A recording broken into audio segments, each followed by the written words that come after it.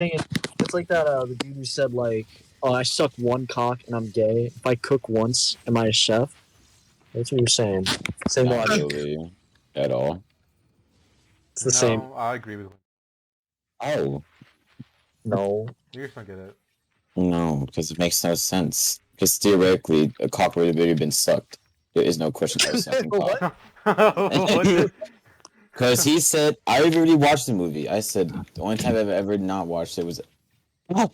What? I What did I already say? watched it. Yeah, I didn't watch it except for the first time I ever watched it. Yes, and then said it's like saying it's not gay because if I make a cake, then I'm not a chef. I already done. What? It's not to explain. It's not that you're wrong. It's not. Are you really want me to fucking explain it? You're like.